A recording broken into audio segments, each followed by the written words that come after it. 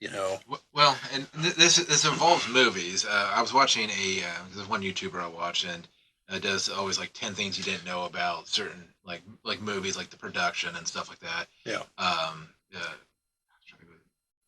it was Minty as the YouTuber, but he was doing 10 things you didn't know about Godzilla '98, and he made a comment on That's the his. American Godzilla, right? Yes, Okay. yes, this is the Roland Emmerich movie. Supposedly, I guess he didn't want to do in the first place. He wanted to do something else. I can't remember what it was at the time, but he wanted to do something else. Some other disaster movie, Yes, but because this is Roland Emmerich of Stargate and Independence Day and like 2012 and some other disaster movie fame. yes. Yeah. So the one comment that the YouTuber made was that if this wasn't a Godzilla movie, if it was just a monster movie, would it have been as negatively received if you just said it's just a random monster movie? Uh, It's been a while since I've seen it, but that's a good question. the second one, this one thing is Matthew Broderick's like he didn't understand. He says he loves the movie. I'm sure I'm overly harsh. I only watched it the one time in theaters. That's the only time I ever watched it. I should probably watch it again. The other thing is that I guess with its rush schedule, it never had a test screening. So the Oh, question is if it would have had a test screening, could have some of the issues that it had been fixed and made it which I like what Toho did with, I think it was in one of the, I don't know, it was Godzilla Final Wars, but Zilla, as they called it in that, was taken out in less than a minute by actual Godzilla. hmm. And Oh, it's the American one. yes, the American one is taken out by the Japanese one, and actually thrown into the Sydney Opera House and then vaporized. Um, but no, I brought up some points. It's like I remember watching the movie. I'm like, yeah, I wasn't, you know, fascinated by it, but I thought I thought it was an entertaining movie. I thought there were some things that I don't think any other Godzilla movie has done right. Like actually seeing him like crawl around underground, like move around doing things that monsters do. The Like babies, the flying kick. yes, yes, the flying kick.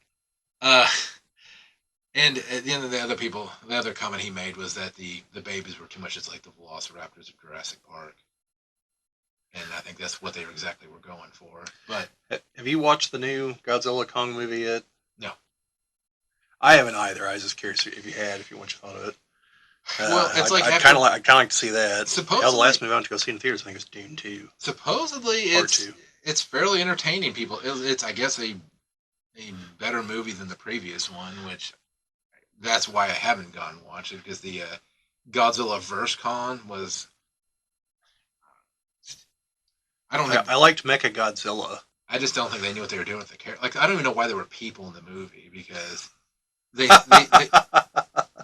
because they had what Millie whatever her name is Yeah, Millie Bobby Brown. yes, like her. I don't even know what the point she served in any of that was. I think it was just like, oh, she was in the other movie. Let's put her in here in some capacity. And like the people that they were taking Khan down to the center of the earth. Like, okay, that makes sense. But then like everything else after that's like they serve no purpose at all. Versus Godzilla minus one, all of the people serve some purpose. It was their story, Yeah. and Godzilla just happened to be ravaging the city in the background, kind of thing. So Well, what you're saying there reminds me. I still haven't finished the 12-hour Phantom Menace dissection video. But by the way, I'm like 2 hours into it. It is good. If you folks have the chance, you should watch it. I'll try to remember to link it down in down in the description. One of our fans sent me the thing for it, and and he sent us something else we'll talk about here in a minute.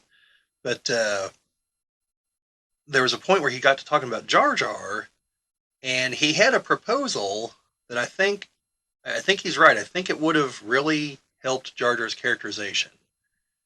Have it so that he's like most of the other aliens, and most of the time it's just gibberish, and the other characters just react to it, like with Chewie. yeah, Have it display that he does speak common or basic. A few times he'll say something, but most of the time he's just muttering in his own language. And I think that would have fixed a lot of things. Because if you look at it, like whenever they go uh, onto Tatooine, you know, he chooses voluntarily to go with them out into the burning sun, which is like the antithesis of what he can stand. Yes. Because the people on the ship are assholes towards him. Like he's like, I'd rather potentially risk dying than go like that. That's character, you know. Whenever Anakin is working on his pod racer, yeah, Jar Jar's not heavily contributing, but he is actually like tinkering with things and trying to help. Everyone else just kind of standing around, you know, which shows that he has at least some mechanical inclination. He has something he can try to contribute.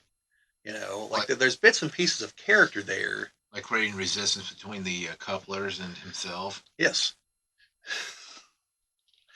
But yeah, like I think I think that recommendation is sound. I think he easily could have been salvaged as a character, and having seen that, I don't think he's as bad a character as I initially thought after having watched that. You know? Yeah, that's because like if you ever watch like the behind the scenes of like when Chewie's supposed to be like roaring, he'll be like saying things like he'll be saying what he's supposed to be saying, and then they'll put the grunts and groans and whatever in there. Same thing like when Vader is just speaking as There's David Prowse. Yes. Yeah, the scenes where he's like, Vader has stopped talking, but he's still going through the motions because David Prowse took longer to say the lines because he didn't know they were going to be dubbed by James Earl Jones until he saw the movie. Just like he didn't know he was going to be replaced. Like they didn't know they were going to show him without the helmet in Return of the Jedi until he saw the movie. Yeah, yeah. There's a reason why he's not allowed to go to the conventions.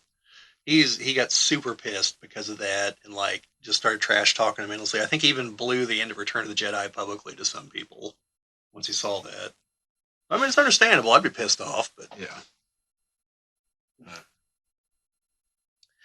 Yeah. I gotta say though about Godzilla '98. If any of you have any opinions on that, leave those down in the comments down below, and I'd like to. I think that may be a follow up thing where we actually watch it and see if it's as bad as it was before.